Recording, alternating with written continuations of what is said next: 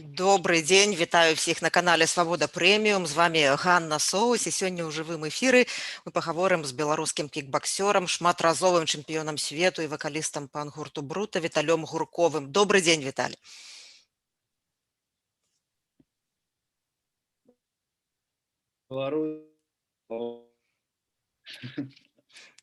І у нас адразу крыху не зусім добрая інтэрнэт-сувязь. Я спадзяюся, яна наладзіцца. Ці чуеце вы мяне, Віталь?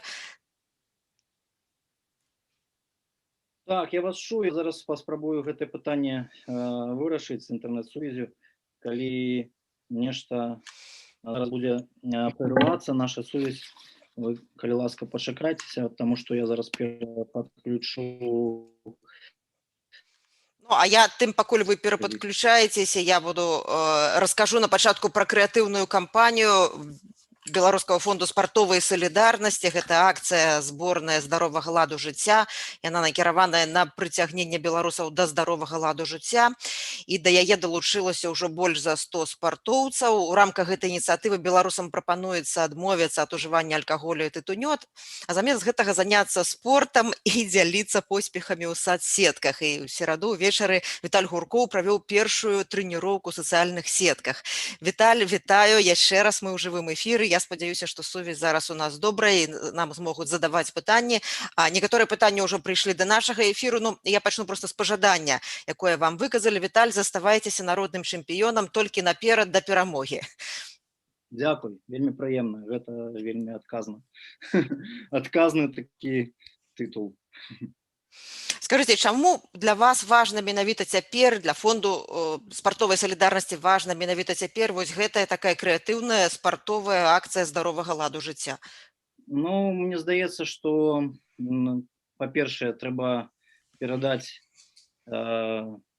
усім прыхільнікам здаровага ладу жыцця заряд бодрасці і решительнасці, таму што вельмі дэпрэсовыя навіны, часцей за ўсё вельмі дэпрэсовая зіма атрымалася, і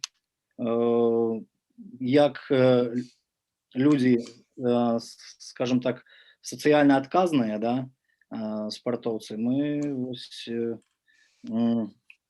карацей, была прапанова вось з фонда спартовай салідарнасці падтрымаць гэту ініцыятыву, і я вельмі так з заахвочаннем прыняў удзел.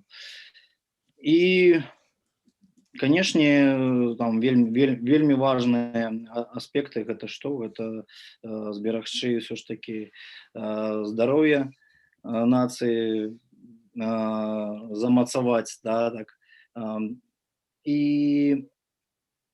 ўсё ж такі падняць настрой і так адвесці негатыўную нейкую срэду, да, бо праз заняткі спортам таксама можна, скажем так, і агульны настрой падтрымаць, і фізічную форму, і плюс яшчэ далучыцца да такой класнай кампаніі свабодных спартоўцаў Беларусі.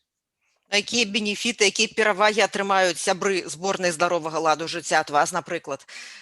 Ну, па-першае, гэта, скажем так, чалавек, які удзельнічае ў нашых челленджах, у нашых activities, ён ужо адразу можна яго лічыць членам зборнай каманды Беларусі па здароваму ладу жыцця. І, канешне, ён можа, напрыклад, да любога спартоўца звярнуцца там з нейкімі пытаннямі, што датычыцца, там, не ведаю, і харчавання, напрыклад, да, і ў цэлым фізічных нагрузках, нейкіх практыкаванняў, і проста па свайму досведу. Напрыклад, вельмі часта людзі была такая справа, калі звярталіся, калі сутыкаюцца з нейкай праблемай па фізічным стане сваім, нейкая траўма, там, а як яна гоіцца, што рабіць, там, нейкую кансультацыю, нават такую, мне асабліва вельмі часта атрымлівалася праводзіць, да, кансультаваць, бо хто як не спартоўцы сутыкаюцца па сваім жыцці з такімі праблемамі. Вот такое довольно смешное пытание пришло. Виталя, ты сильнейший парень в качалке? Не, в качалке пакуль не. Ну так, Але сбоку... на раёне дакладна. Калі збоку паглядзець, то Александр Лукашенко трэніруецца амаль штодня, грае ў хакей. Як вы мяркуеце, ці вядзе ён ягонае атачэнне здаровы лад жыцця, і ці толькі там фізычная актыўнасць важная дзеля таго, каб весці здаровы лад жыцця? Ну, мне здаецца, што сказаць. Усе мы бачылі гэта усебеларускі спорт, да? І бачылі людзей, якія там сядзяць, і можна проста паглядзець на іх твары і на іх, не ведаю, фігуры, і мы можам прыкладна зразумець, хто там займаецца спортом, хто там не займаецца. Гэта такое. Вось. Гэтая кампанія мае такі, акрамя псіхалагічнага, акрамя пазітыўнага, такого сацыяльнага, мае эканамічны палітычны складнік. Не купляць алкаголь, не купляць цыгарэты. Калі беларуская вытворчасць, то даходы ад гэтага атрымліваюць кашалькі Лукашэнкі. Ну, ад любога продажу грошы ідуць у бюджэт, і праўдападобна гэтыя грошы накіроўваюцца ў тым ліку на фінансаванне сілавых структураў. Каго дакладна, якіх вытворцаў, якіх уладальнікаў, якіх бізнесаў не варта падтрымліваць беларусам у рамках гэтай кампаніі і проста шырэй? Ой, ну, такое пытанне, ведаеце, я асабліва, карацей, я паліў толькі ў 3 класе, пакуль рэмня не атрымаў ад бацькоў. І вось я не магу дакладна сказаць, што вось, карацей, не буду рэкламаваць алкагольную, да, і тытунёвую прадукцыю, проста кажу, што адказ ад гэтых парокаў ён у выніку адыграе вельмі пазітыўную ролю на вашым жыцці. І ну, вось не важна, дзе, у якой краіне гэта выраблена, дзе гэта прадаецца. Гэта бізнес, які проста, ну, губіць жыццё чалавека. Асабліва, ну, і здароўе, і ўласнае жыццё асабістае, і сем'і распадаюцца, і проста можна шчыра адкрыта сказаць, што гэта зло. І у сваю, напрыклад, школьную нейкую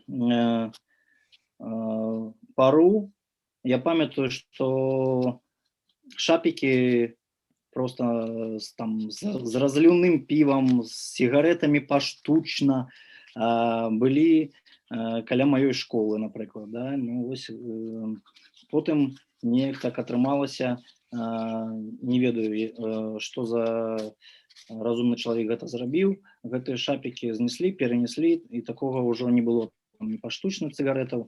А зараз зноў па ўсім, ну, мы бачым, што па ўсім горадзе гэтыя табакеркі, і каля там, і каля больніц, і каля школ, і на ўсіх прыпынках. І, ну, мне здаецца, гэта не вельмі файная увогуле для нацыі гісторыя. І паколькі ўсё ж такі хацелася, каб беларусы былі моцнымі, дужымі і з нармальным здароўем, і фізічным, і псіхічным, ад гэтай гісторыі пазбавіцца. Вось такое. Віталь, калі казаць пра беларускую нацыю, актуальнае вельмі пытанне толькі што задалі. Елізавета Ганчарова пытаецца, як не згубіць аптымізм? Як не згубіць аптымізм? Ну, беларусы ўвесь час намагаюцца не губляць аптымізм, мы гэта бачым па там розным у інтэрнэце, па розным там прымаўкам, шуткам. І мне здаецца, што, ну, згубіць аптымізм гэта не пра нас увогуле. Вось, а каб не згубіць аптымізм дакладна, трэба проста, каб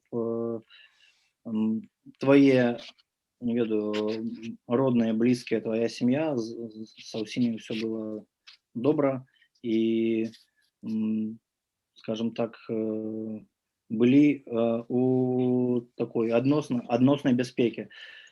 Што ў дадзеных умовах у Беларусі вельмі спрэчна, бо ты можаш выйсці на вуліцу і просто там у тебе будзе чырвоная куртачка там ды белая шапачка, і ўжо ты можаш папасць там пад ну, нейкую непрыемную гісторыю, да?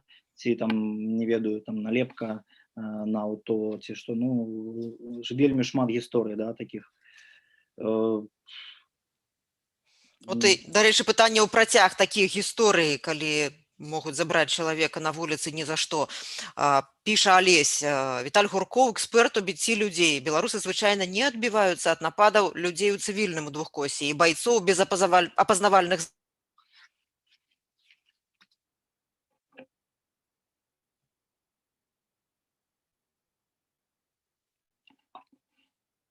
не абараняюць сябе ад фізычных нападаў. Алло. Так, вы мяне пачулі? Пытанне маё пачулі, паўтарыць яго. Як вы ставіцеся да таго, што людзі не абараняюць сябе ад фізычных нападаў? Ну, вас пытаюцца як эксперта, так бы мовіць, у біцці людзей. На рынге, натуральна. Ведаеце, вельмі цяжка на гэта глядзець, і вельмі балюча, што людзі абсалютна не абароненыя, бо мы ведаем усе выдатна наступствы, якія могуць быць. Ну вось, і адна з наверное, яскравых такіх сітуацый, гэта сітуацыя з маім сябрам по камандзе зборнай нацыянальнай Алексеем Кудзіным. Да, усе мы гэта ведаем. Так. Што чалавек просто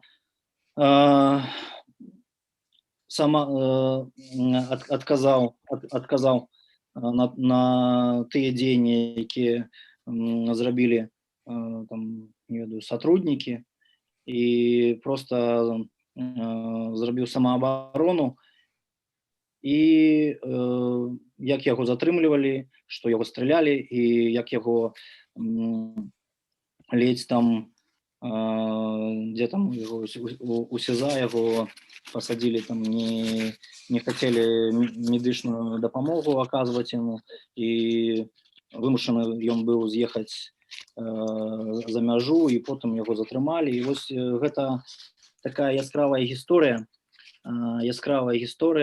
у якой мы бачым, што нармальны, здаровы мужик з нармальнымі ценностями і духовнымі, і сістэмай координат, і маючы фізічны моц, ён просто апынуўся у такой сітуацыі перад беззаконнем, і зараз вось ён вымушаны сядзець у турме, і нават ужо, дзякуй Богу, не ў Беларусі, а у суседняй краіне, да? То бок, вось, бачучы вось такія прыклады, вельмі цяжка адказваць на, скажем так, незаконныя дзеянні, да, на незаконную нейкую агрэсію, і невядома яшчэ ад каго, да, ці то супрацоўнік гэта, ці хто, ці то злачынец, але ж у нас усе ўжо разумеюць, што за людзі хаваюцца за гэтымі маскамі, да. От гэтыя людзі, якія ў масках, так, у чорным, у зялёным, у іншых колерах, яны, як выглядае, маюць спартовую падрыхтоўку. Бачна, што рэгулярна займаюцца спортам. Якія галоўныя спартовыя прынцыпы яны парушаюць, калі вот так дзейнічаюць? Я зараз на гэтае пытанне адкажу. Вы ведаеце, што маладзечны парк Кудзіна ёсць? Не ведала. Вось, хутка парк Кудзіна будзе маладзечны. І мне здаецца, што мясцовыя жыхары ўжо называюць яго парк Кудзіна. Вось. А што датычыцца таго пытання, якое вы задалі, я вам магу сказаць, што гэтых людзей ніяк нельга лічыць нейкімі там спартоўцамі ці яшчэ кімсьці, таму што на маю памяць, карацей, не было ніякіх прадстаўнікоў у гэтых, там, не ведаю,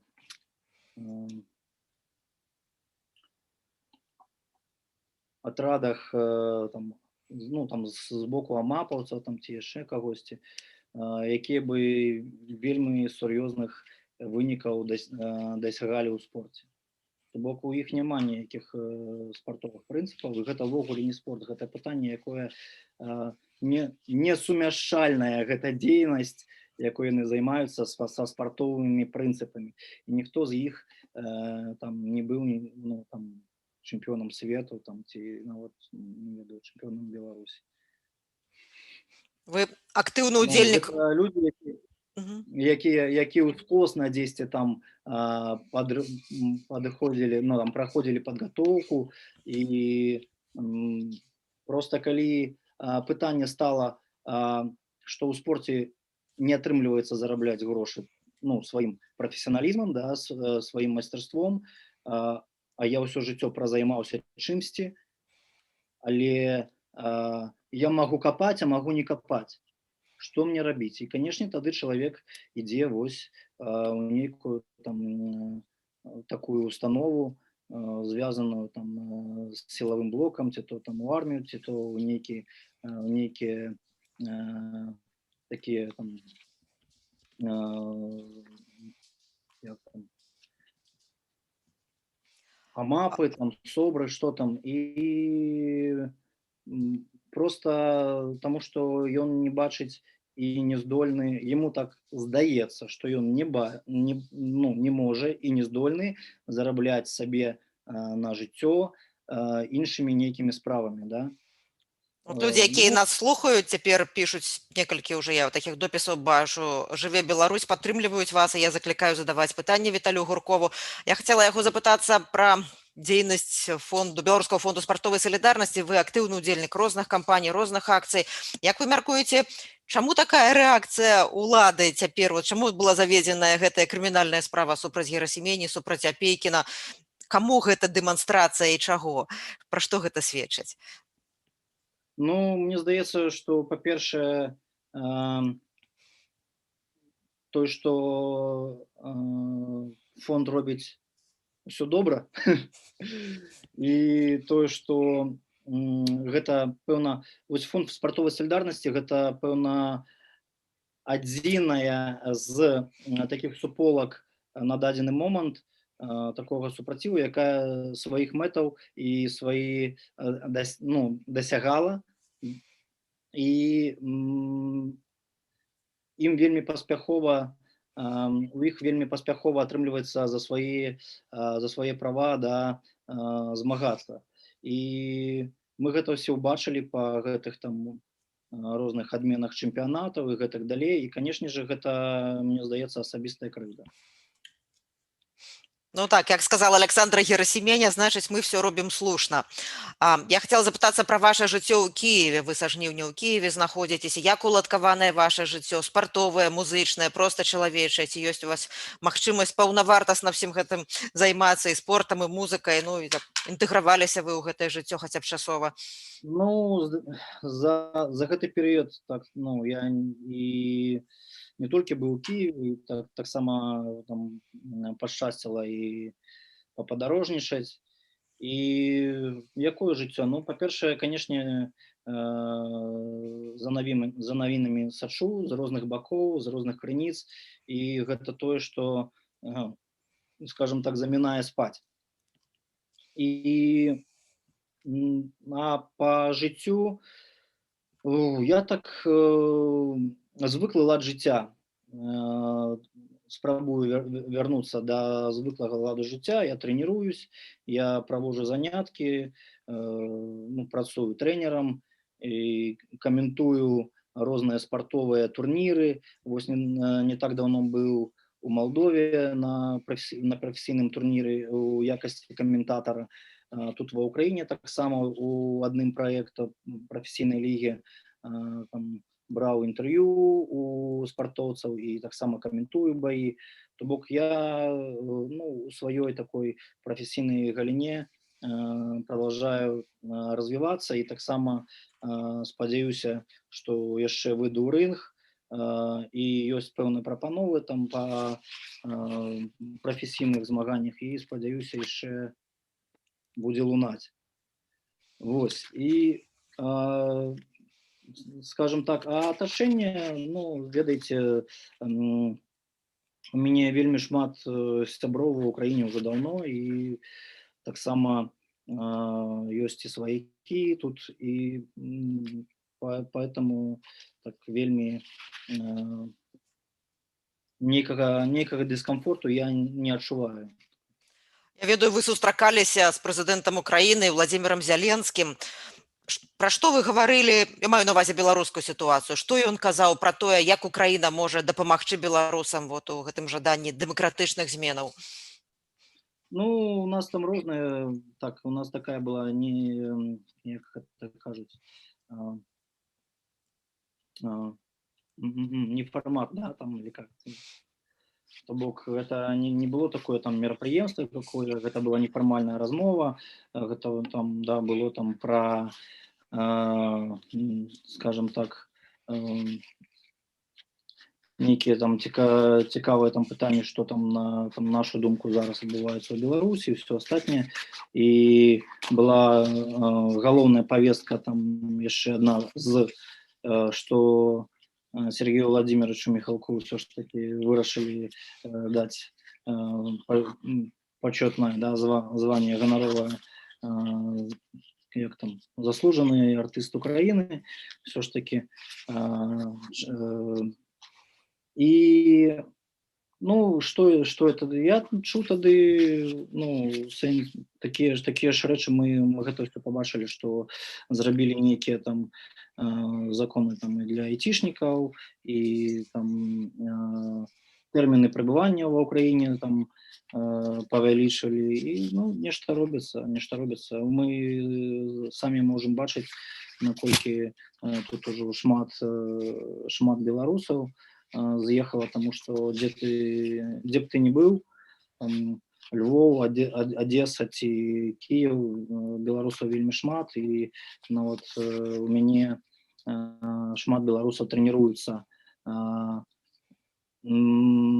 Такія гісторыі самыя разныя. Нехта з'ехаў там яшчэ за месяца 2-3 да падзей, нехта там год таму, нехта пасля, скажем так, ужо ў гэтай усей гісторыі паслявыбарнай. І карацей, вельмі шмат беларусаў, вельмі шмат, з рознымі гісторыямі. Вы згадалі пра Сергея Михалка, вот пытанне прыйшло ў тэлеграме. Сергей Михалок і Брута Ностра на баку Лукашэнкі ці на баку любых даступных пераменаў у бліжэйшай будучыні? Ось такое пытанне. Слухайце, такое на баку Лукашэнкі дакладна не. І Брута Ностра гэта перамены, мы на баку перамен такіх, што жыве Беларусь, слава Украіне. Вот все наши перамены. Так, і таксама якіх мы перамен.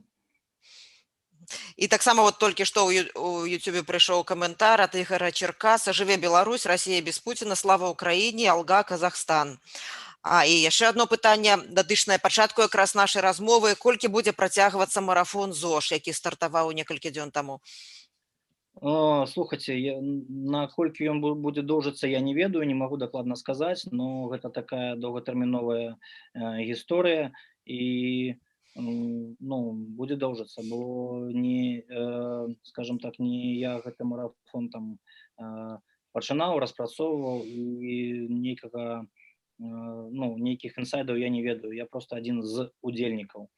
Вось, поэтому я не магу на гэтае пытанне адказаць. Баскетбалістка Кацярына Сныціна параўноўвала ў інтэрв'ю «Свабодзе» беларускі пратэз з маратонам, у якім, паводле яе, пройдзеная большая палова.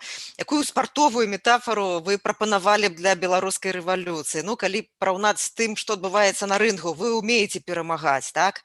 Вот якая ваша метафора, які ваш сакрэт перамогі, калі абапірацца на ваш спартовы досвед? Слухайте, моя метафора такая, что зараз, скажем так, трэба пратрымацца яшчэ до 12-го чэмпіёнскага раунда. Вось такая моя метафора. Але ж На якім раўндзе мы цяпер? на якім раўндзе мы цяпер, гэта тое, што мы прайшлі палову, можна сказаць дакладна, но якімі будуць гэтыя раўнды, яшчэ ніхто не ведае. Вось, трэба ўсё ж такі, скажем так, быць мацнейшымі, больш асцярожнымі і уважлівымі, і не губляць канцэнтрацыю. Усё будзе добра. Скажем так, залежачы ад таго, вось на гэтае пытанне можна адказаць, залежачы ад таго, што вы лічыце перамогай. А што вы лічыце перамогай? Да. Я лічу перамогай, калі ў нас будзе незалежная вольная Беларусь са сваёй мовай, культурай і гісторыяй. Вось.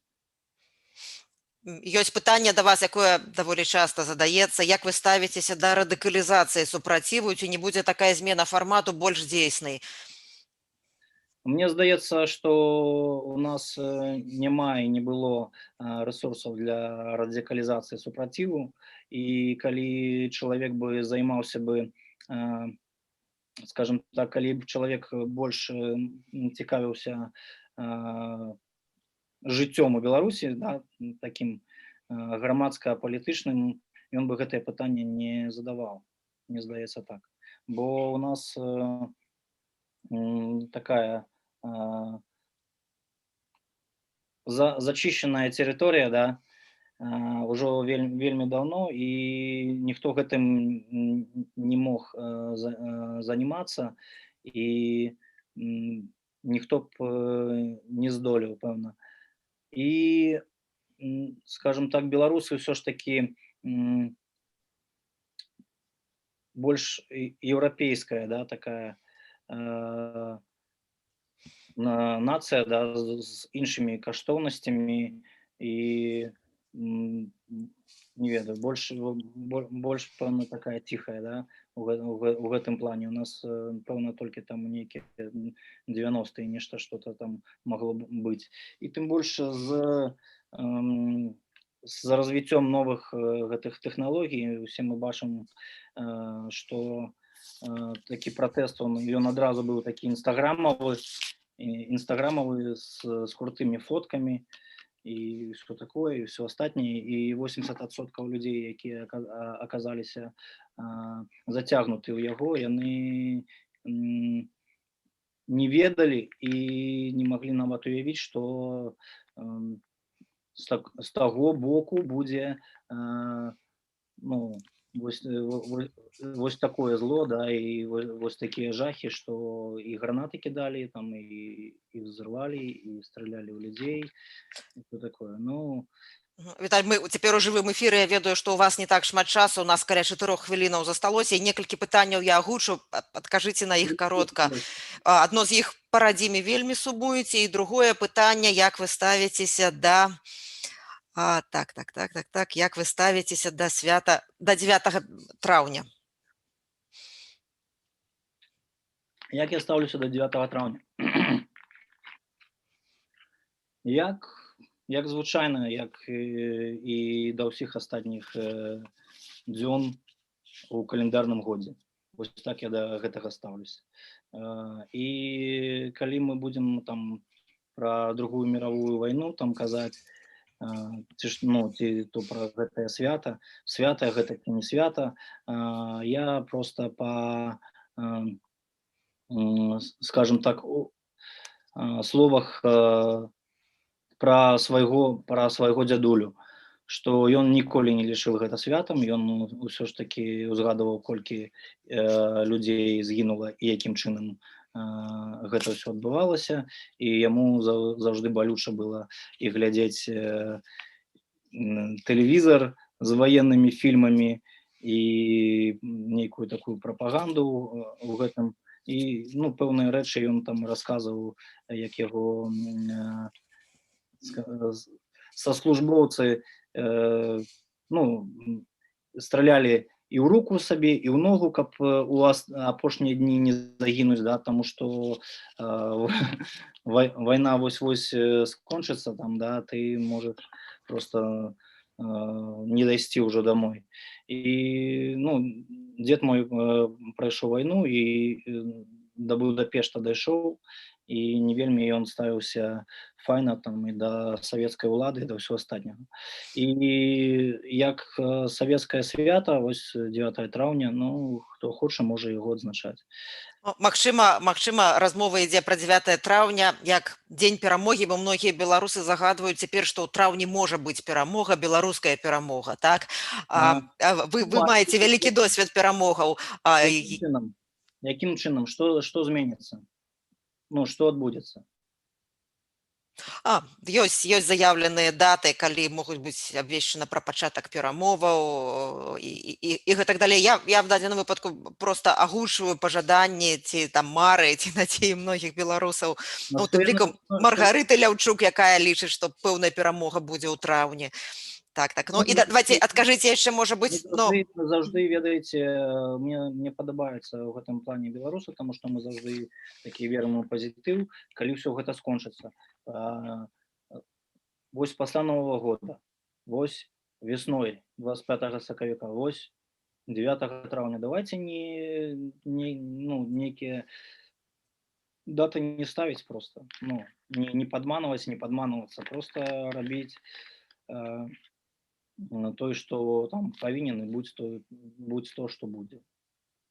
Дзякуй вялікі. І ў нас ідзе шмат каментароў. Я агучу адзін з іх. Верым, можам, пераможам, жыве Беларусь. Думаю, на гэтым мы можам завяршыць наш жывы эфір. Я заклікаю свае каментары пакідаць пад гэтым артыкулам, пад гэтым відэо ў нашым YouTube-канале, а таксама падпісацца на Свабода Прэміум. Дзякуй вам вялікі. Гэта быў Віталь Гуркоў, беларускі кікбаксёр, шматразовы чэмпіён свету, вакаліст гурту Брута.